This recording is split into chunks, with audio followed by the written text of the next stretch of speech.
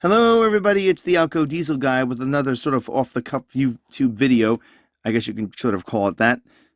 I'm going to take this locomotive, which I acquired a while back, see if it runs, and then see if I can get DCC installed. This should, I repeat, should run as I bought it in running condition. Anyone's wondering, this is a BNSF dash-8. This is becoming one of my favorite engines to run. I don't own many of these that work, so right now I'm trying to get one DCC equipped. So tonight I'm just going to check to see if she runs, and then I'm going to see about a decoder for it. And I do believe I have one for it, so I'm going to carefully now get this out of the box. Just got it. Wow, that's in tight. Okay, out. Now this is a used locomotive, so it should have some mileage on it, and indeed it does. Oh wow, these wheels are a mess. So I'm going to probably have to clean them, even if this does run. The front wheels really look like they're in bad shape. Or the rear wheels too. Let's see exactly how good or bad this thing works, if at all. So I'm going to place this. This is again still analog from what I was told. It could have DCC in it. That's why I tend to always start with the DCC system, that and the fact that it's less cluttered to have just one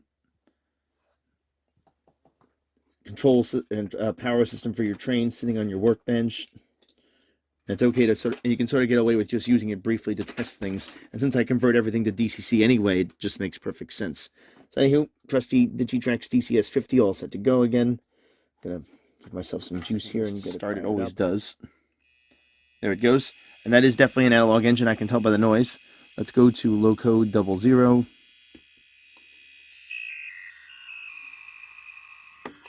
That does run. It seems like it runs pretty well.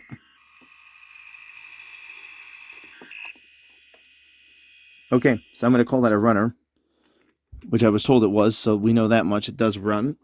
Let me cut the power now, since I'm wasting electricity. Let's go ahead now and see about getting this thing ready to do a DCC conversion on. The first step with any conversion on N-scale is to basically take the shell off like pretty much anything else, to be honest. Move this to the side here. In fact, I can just move this down here. I don't need that right now. Do this. I'm just going to carefully lever the shell off of here. There we go. That actually came off pretty easy. And what we should find, and I don't see why we wouldn't, and yes it is, it's just a standard Atlas board that Atlas puts in all these engines. As I mentioned, this is an Atlas branded N-scale dash-8. Board itself is kind of loose, almost like someone took the board out of here. Maybe it was converted at one point and it was changed over. Anywho, let's get to work on loosening this up a bit and getting a decoder in here. Let me actually take you in a little bit further. Let me actually move my camera a little bit so I can see my controls here. Let's go to 3, which usually works pretty well. There we go. Again, trusty little Phillips head from Walmart in my hand. I think this is from Walmart at least. I'm just going to use this to pull it apart. You only need a Phillips head screwdriver for it. I actually didn't even need to loosen them that far, but yep. I think I may have to release that. I'm not sure if I have to release the bottom plate. I may have to get this apart. Gently pull it. Oh no, there it goes. That is almost disturbingly easy. I think someone was in here before me. I'm just going to leave the decoder board like this for a second, the stock analog board for a second, so I can maintain the orientation of this thing and get it right when I put the new board in. So I'll be right back with you folks. I'm just going to grab a decoder. There we go. This is a Digitrax DN163AO. It's a, again, aftermarket Digitrax decoder. You don't have to use you don't have to actually use a first-person decoder. In other words, built by Atlas, because Atlas did build a DCC equipped variation of this. This, again, as we see by the box, and as I mentioned before, is a DCC ready version. Again, just to clear the myth up, I know I stated it before. I'm going to say it one more time. You do not have to buy the official decoder from Atlas. In fact, I find it almost impossible sometimes to get a decoder from Atlas, and usually it's just another one of these companies just repackaged by their brand name. A lot of times I find you can save money by simply going third party, and there are plenty of companies. Digitrax currently, I have to say, is the current value leader on this in terms of quality and in terms of compared with performance, and again, they're in one package. TCS is the cat's meow in terms of quality and everything else and ease of use. The catch is TCS's decoders are getting very expensive now. I noticed they really have turned their prices up. I have a feeling that Digitrax is going to probably follow here not long. Although the thing about TCS too, and not sure how many people are aware, they have sort of a contract with Kato and other manufacturers. I think mainly Kato, though, in this case with N-scale, for their DCC equipped engines like the Metra F40s. where they have the dual headlight setups. That decoder is their strict design, so they can sort of get away with charging whatever they want for it. Anyway, that's the kit as I see, and here's the decoder itself. It's a comprehensive kit because it actually does come with, as you can see, some of this tape on the bottom here. You do need to remove this. This is Kapton tape, much like I use in my installs. You can use this to do the install, though I find a lot of times the stick is worn off on it. I'm just going to stick it to my board right over here to get it out of the way. I don't think you actually have to insulate this as long as you get, because this actually, no, you don't. The reason why is if you look here, this board has these two little slits right here. Just to translate what all this is about, these two are your motor contacts right here. And what you do is you run the two contacts from the motor itself into them, and by having them go through these two holes inside here, if you can take a look at that, it will actually hold those contacts rigid. This way you don't actually have to insulate the two sides of the frame like you did on the earlier decoders. The reason being is that you don't want, with a DCC setup, you don't want one of those decoders to ground out on this metal frame, because that would give direct power to the decoder and essentially blow it out. By having these two little hooks here, we can basically put the connections right into the decoder itself, and thus avoid that problem, and thus avoid having to use Kapton tape. So anyway, I'm going to go ahead now and drop this decoder in here. I'm pretty satisfied with the way this works. Works because it seems to run pretty smooth. I may just drop a little grease in here before I put it all back together.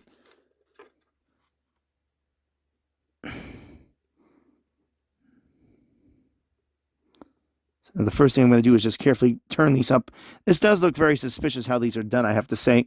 It definitely looks like someone was in here before me, because if we look at this, they're bent down pretty badly. It could have just been from the way that stock decoder, the board is.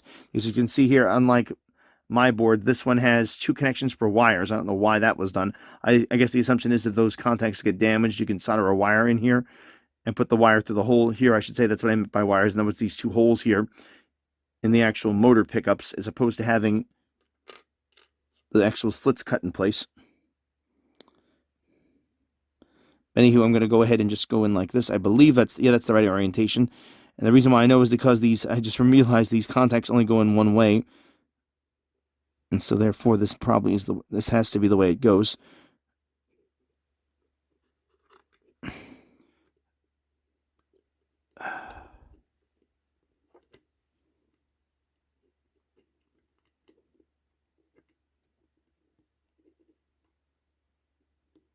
And then, okay, now this one just needs to get guided in.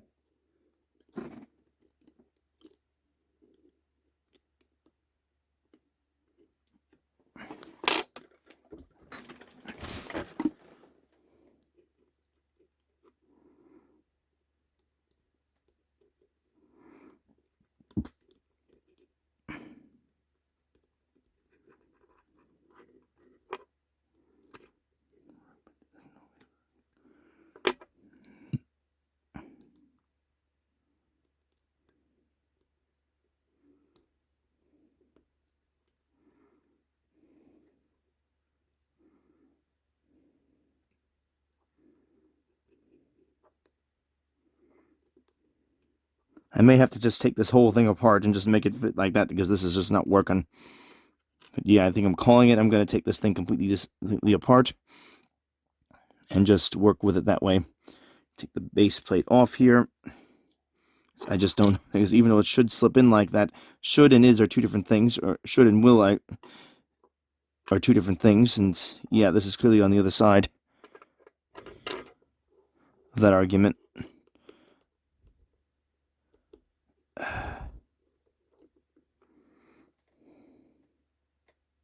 Okay, I took the correct side off, and you always want the side off that has these things exposed. I may as well now go in here and just do a lube job on it. I was debating that now I may as well do it since I have it this far apart.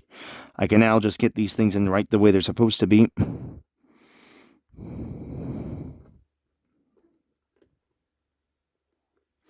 Oh yeah, there we go. That's it. I got it.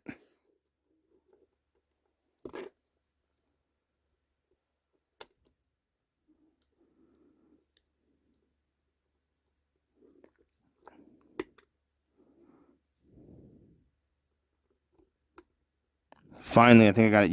Yes. Oh, God. Oh, no. The other one slipped out again. Seriously?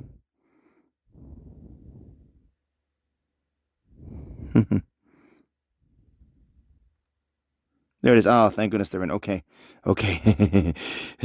Okay, let's get this back together before it falls apart again. Oh, I hate that.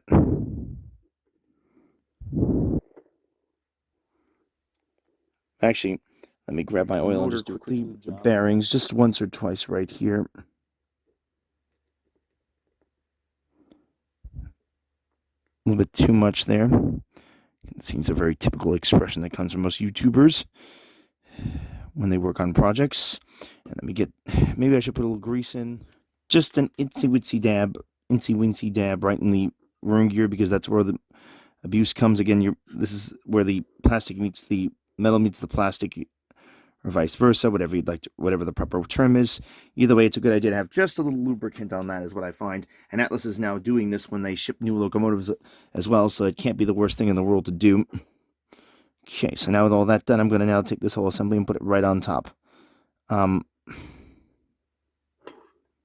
pretty, I don't think I need to lubricate the bearings on this unless they get jammed. So I'm just going to leave it like that.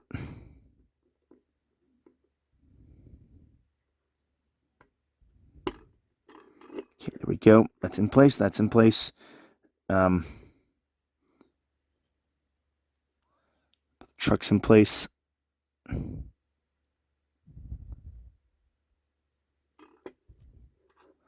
the next truck in place.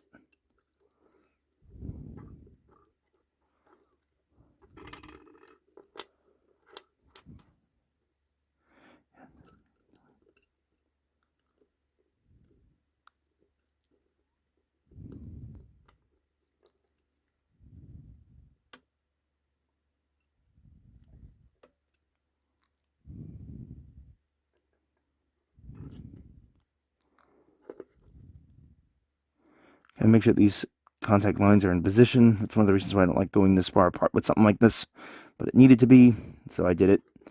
I don't know if I have this thing in right. I do not want to reassemble this until I'm sure those trucks are right. They really didn't. Those really did not feel right. I'm assuming that's incorrectly now. I'll find out in a second, I guess. There we go. Okay, now I'm going to tighten the screws. Tighten it all back up. One. Essentially, this is going to clamp the frame together so these trucks stay in place. There are insulators in place, so you don't have to worry about over-tightening them. At least you shouldn't. I haven't had that problem. Hopefully that is not a famous last word from me. Oh dear, this thing didn't go in right. It is now.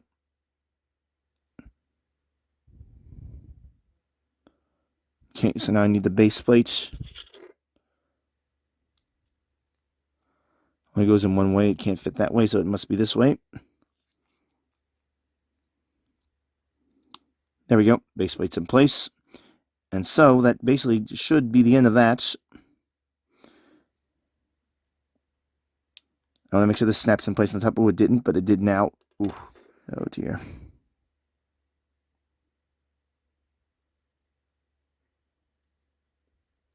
That should work pretty well. Let me go give this thing a test. Zoom out again to 1. There we go. Zoom out to 1. Ugh. My God. Okay, I'm done with the lubricant. Let me get this out of here before I make a mess. Okay, so now after a long kind of extended DCC install, I'm ready to test this thing. I'm just going to pull my test track out here, drop this on here, make sure the screwdriver isn't crossing the track. It isn't. Pull this off the ground and turn my power back on so I can actually get this to talk. So I can actually get some power on here. Ooh, almost knocked it over. Got to be very careful there. Here's why this track here is sitting on the bottom. I'm just going to test it on the test track, and then if it does work, I will program it. Oh, there's a good sign of me. It's got a light. Let's go loco. We're going to ask for 3. Loco again. And now I should have control. So I'm in reverse right now. Neutral. Forward. There we go. Well, hesitated there, but it worked okay.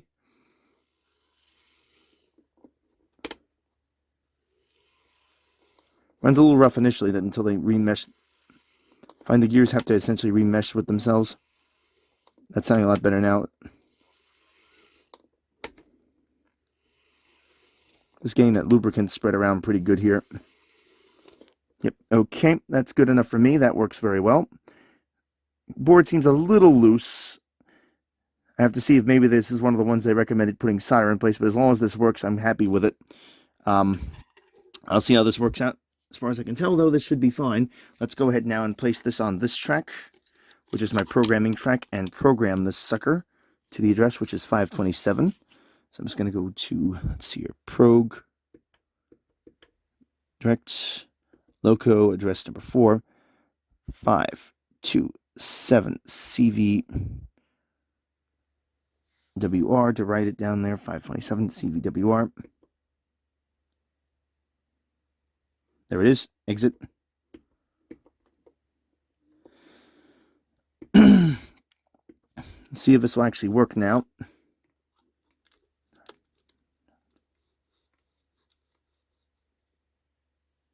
So now if I go light, yep, there it is.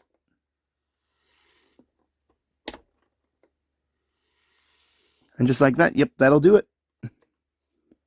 Excellent power contact on this. I'm very impressed with that. So yeah, it actually came out pretty well. Okay, so that does it for this project. I'm just going to place the top on. Let me first cut the power before I short something out. Not that I don't trust myself, but well, I don't. Yeah, I know, okay. So this is going to go like this, if I remember correctly. On top here. I'll do one last chest for good luck. It's very easy to put this on. You can tell this thing has been around the block a while, but it's still in really good shape. Let's see here. So now it should be forward lights on. Yep, the headlights on the front here. And, yep.